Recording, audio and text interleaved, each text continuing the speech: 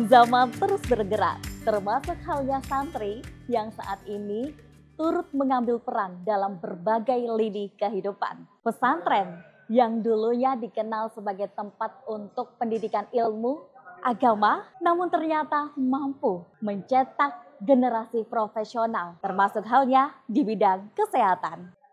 Dan hari ini Mitra Muslim, Ica akan mengajak Anda untuk mengenal lebih dekat dengan Dr. Adityo Helga Ramanda MHkes, Kepala Bidang Pelayanan Medik Rumah Sakit Radekansari Husada.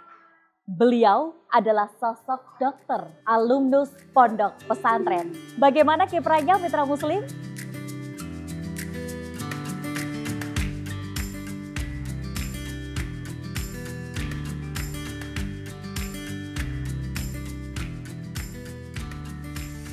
Baik, Mitra Muslim, saat ini kita akan bercerita ya, bagaimana sih kisah dari Dr. Adityo Helga Ramanda MHkes, Kepala Bidang Pelayanan Medik Rumah Sakit Radekansari Husada. Beliau merupakan sosok dokter, alumnus dari Pondok Pesantren. Masya Allah dokter.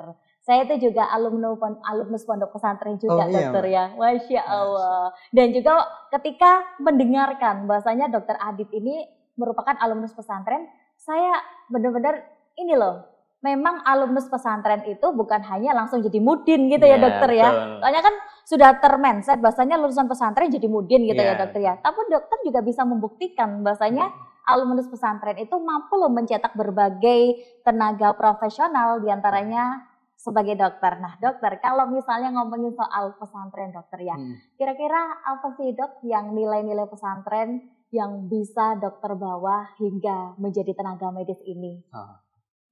Latar belakang ya. Jadi kita dulu kalau sebagai santri di pesantren, jenengan juga alumnus pondok juga ya, jadi tahu tentang pertama tanggung jawab. Jadi tanggung jawab di pondok pesantren sebagai santri, kita mulai dari bangun tidur hingga tidur kembali lagi.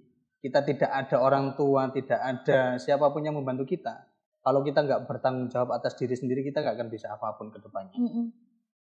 Diaplikasikan di dunia kedokteran pun, sebagai dokter klinisi untuk menyembuhkan pasien, kita harus punya tanggung jawab yang besar. Pertama, dalam pengobatan pasien, dalam melakukan tindakan kepada pasien, semua harus ditanggung-jawabi oleh dokter tersebut. Dan memang merupakan suatu profesionalisme dalam bekerja sebagai dokter. Itu yang pertama untuk tanggung jawab. Kedua, mungkin disiplin juga. Kita tahu sebagai santri, dari bangun tidur hingga tidur lagi semua sudah terjadwalkan. Oh jam segini harus kita melakukan seperti ini, jam segini harus seperti ini. Jika kita tidak melakukan disiplin yang sedemikian rupa, kita nggak akan bisa mengikuti alur atau kegiatan yang ada di pondok dulu ya.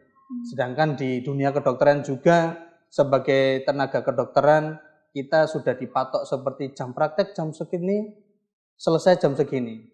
Kemudian pasien pun kita akan mendatangi pasien di jam sesuai kita praktek. Jadi kita tetap harus disiplin juga, disiplin waktu, disiplin manajemen untuk terapi, semuanya harus berkesinambungan. Itu yang kedua. Untuk yang ketiga, latar belakang yang paling penting menurut saya selain bertanggung jawab dan disiplin, yaitu akhlak dan adab. Moral. Ini yang pertama kali yang harus diintamkan di semua santri, yang harus diwajibkan dan dimiliki semua santri, ataupun nanti kalau sudah keluar dari pondok tetap harus dimiliki oleh santri ini, terutama di tempat bekerja. Seperti saya sebagai dokter melayani pasien itu adab dan akhlak lebih tinggi daripada ilmu. Jadi memang harus diterapkan dan harus dilakukan dalam pelayanan sehari-hari. Memang ya Mitra Muslim, kalau ngomongin soal santri yang memang harus ditekankan adalah moral dan adab ya. Betul. Kalau kita moralnya bagus, adabnya bagus, semuanya mengikuti. Termasuk halnya ketika kita juga mengaplikasikan apapun ilmu yang dimiliki di dunia pesantren. Betul. Gitu ya dokter ya. Selain moral dan adab, disiplin, bangun tidur kita disuruh untuk disiplin Iya. waktu jam 4 harus bangun begitu ya dok ya, Betul. bahkan setengah 4 dibiasakan untuk sholat malam begitu ya Betul. dokter ya, kemudian sholat, kemudian juga nanti juga dibiasakan untuk setiap melakukan aktivitas apapun berdoa gitu ya dokter ya. Betul. Ketika dokter juga mengaplikasikan dalam dunia kesehatan, ketika ingin bertemu dengan pasien, salah satu hal yang paling dokter lakukan sampai saat ini, yang paling terngiang-ngiang sampai saat ini apa dok? Ilmu dari pesantrennya selain disiplin dan juga adab itu dok. Mungkin doa apapun gitu Ya, silakan dokter. pasti. Untuk doa pasti saya akan lakukan sebelum saya menangani pasien. Harapan saya pasien datang ke saya dengan harapan bisa sembuh. Nah, pasti hanya doa yang saya utamakan daripada untuk pelayanan di lain pelayanan itu sendiri ya. Jadi doa ini memang dalam dunia medis, untuk doa memang tidak akan berkesinambungan dengan dunia medis. Tapi sebagai dokter kita hanya sebagai perantara untuk menyembuhkan pasien. Yang menyembuhkannya hanya Allah Subhanahu wa Ta'ala. Ya. Begitu. Dan apapun aktivitasnya jangan lupa untuk selipin dengan doa. Betul. Karena yang membantu kita hanya Allah, gitu ya. Betul. Tapi kalau dokter dari dulu apakah memang berkeinginan untuk menjadi dokter? Nah, ini gitu? sedikit unik ceritanya. Nah, boleh dok diulik. Kalau dulu gitu saya di Gontor, ya kita ngomong pesantren, salah satu pesantren salah satu pesantrennya di Gontor saya waktu itu, saya bagian kesehatan waktu itu di kelas 2 SMA sama 3 SMA. Jadi waktu saya di Gontor, saya dilakukan atau diamanai untuk melakukan pembekaman pada santri-santri yang berobat jika ada keluhan. Sehingga dari situ saya ingin menjadi dokter waktu itu.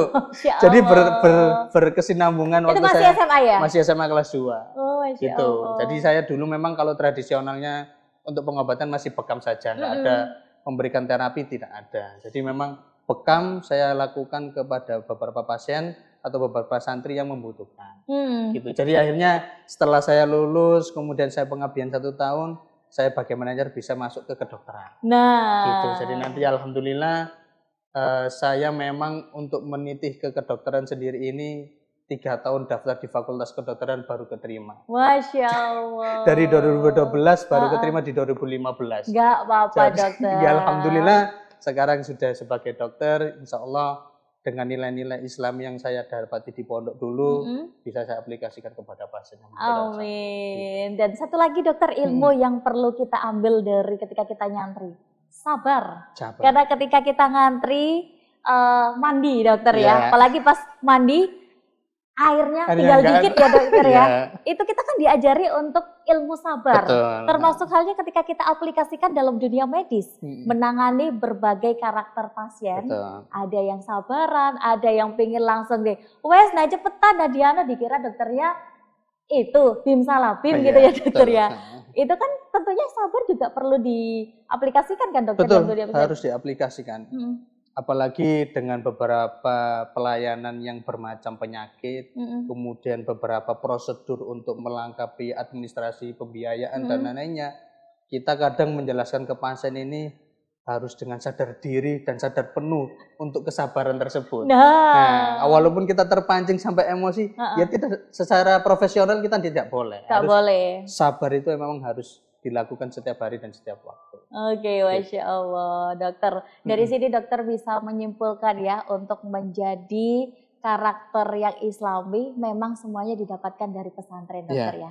Terakhir dokter, mungkin dokter bisa menyampaikan kepada mitra muslim yang di sini di momentum Hari Santri ini, apa harapan dokter untuk para santri di luar sana? Silakan dokter. Harapan saya sebagai santri yang dulu, kemudian harapan saya untuk santri yang kedepannya ini, harapannya banyak sebenarnya.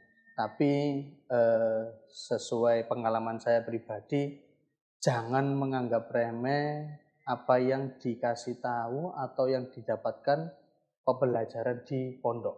Walaupun hanya sebatas hal kecil, itu akan menimbulkan hal besar di kemudian hari. Kemudian jangan pesimis, jika kita sudah lulus jadi alumnus dari pesantren, kita pasti bakalan bisa berkembang untuk di dunia pekerjaan. Apapun itu, semuanya harus diimbangi dengan doa, usaha tanpa doa juga bohong ya. benar. Walaupun usaha kita terus-terusan tapi tanpa doa itu bohong. Nah, kemudian kalau doa saja tanpa usaha sama saja nggak ada hasilnya. Iya, gitu. dokter, jadi ya? harus diiringi usaha, doa juga. Kemudian jangan lupa minta doa, berdoa dan mendoakan. Itu saja. Masya Allah. Masya Allah, terima kasih dokter atas kisah inspirasinya dan sudah menyambut kami bersama dalam Rumah Sakit Randegansari Husada. Insya Allah kisahnya dokter ini menjadi inspirasi untuk kita semua dokter ya, termasuk untuk calon santri atau para santri dimanapun Anda berada. Dan memberikan contoh nyata bagi para santri di sana bahwasanya apapun profesimu selama kamu jadi santri ya, nanti insya Allah Anda akan berkesempatan untuk mencapai cita-cita asal kita ulet gitu ya dokter ya. Dan jangan lupa untuk berdoa.